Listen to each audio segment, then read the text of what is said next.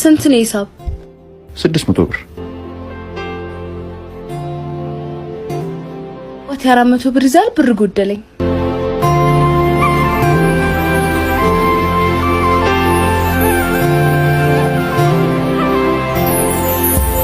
ነፍሴ እሺ አመሰግናለሁ። የማይሰለችኝ ይመስልሻል እንዴ? አንዳንዴ እንኳን ጥቃቅን ነገር አግኝኝ እንጂ። እኔም እኮ ልጅ አይደለም ቤት ውስጥ የተቀመጥኩት። አይመለከተኝም። በጣም ሰልችቶኛል። ምን ማለት ነው? እኔ ስታገባኝ እኮ የራሴ ስራ ነበረኝ። እንኳን ለራሴ ለእናቴ የምተርፍ ልጅ ነበርኩኝ። ከዛሬ ነገ ትጀምሪያለሽ እያልኩኝ በተስፋ ጠበቅኩኝ። አንቺ ግን ምንም ለውጥ የለሽም። ታሳዝናለክ። እኔ ቤት ውስጥ መቀመጤ እንድትንቀኝ አልነበረ። እኔስ ልጄን ባሪን ለመንከባከብ ልጃችንን በሰራተኛ እጅ እንዳታድግ ብዬ ነበር። አግዘኝ፣ ነጋችን ጥሩ ይሆናል። ይበቃናል። እዚህ ጋር ይበቃናል። አዎ ይበቃናል። እየቀለድክ ነው አባቴ። አይመለከተኝም። እኔም እንደ ጓደኞቼ አይነት ሰርታ የምትገባ ሚስት እፈልጋለሁ። እሄድልሃለሁ። ከሰው ሚስት ጋር በፍጹም እንዳታነጻጽረኝ።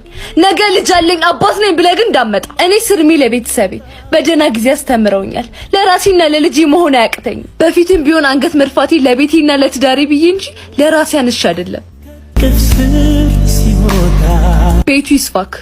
የኔ ያሉት ካልቻልሽ ደግሞ በራሴ መንገድ አደርገዋለሁ።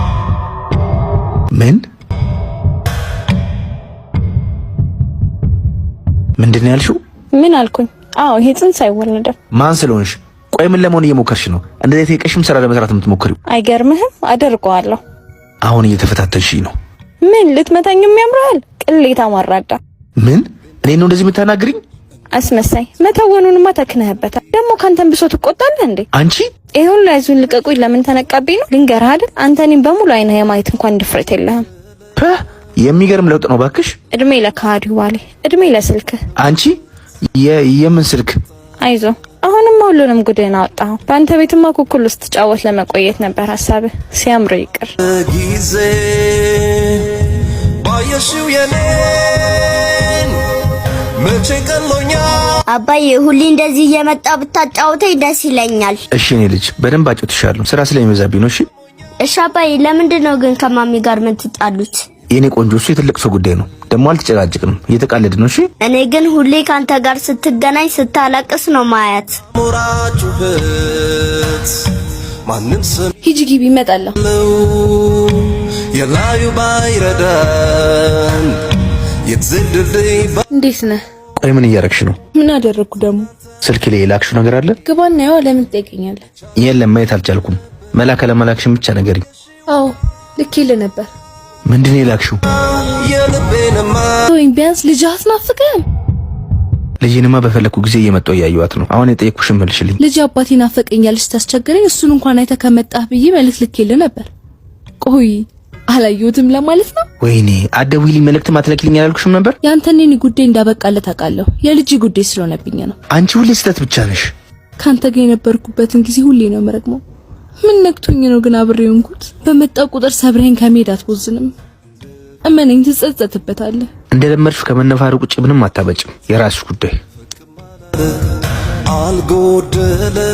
አባዬ ልትሄድ ነው? አዎ የኔ ልጅ ስመጣ ደግሞ የምትወጂውን ኬክ አልፈልግም። ምን አንተን ብቻ ነው የምፈልገው። እንደ በፊቱ ከኔና ከናቴ ጋር እንድትሆን ብቻ ነው የምፈልገው። እሺ እኔ ቆንጆ። አባዬ በእናትህ ከኛ ጋር ሁን።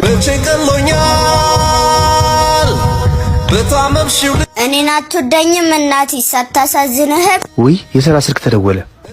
በቃ የኔ ቆንጆ ሌላ ጊዜ እመጣለሁ። እሺ የታፈነ ፍቅር እናት። አቤት። ይቅርታ ብቻሽን አንድ ጊዜ ላውራሽ። ማንም ሰሚ የለው። አመሰግናለሁ። ይቅርታ ምን ነበር? ካላስቸገርኩሽ አሁን አብሮሽ የነበረው ሰው ማን እንደሆነ ማወቅ ይችላል? አስፈላጊ ነው?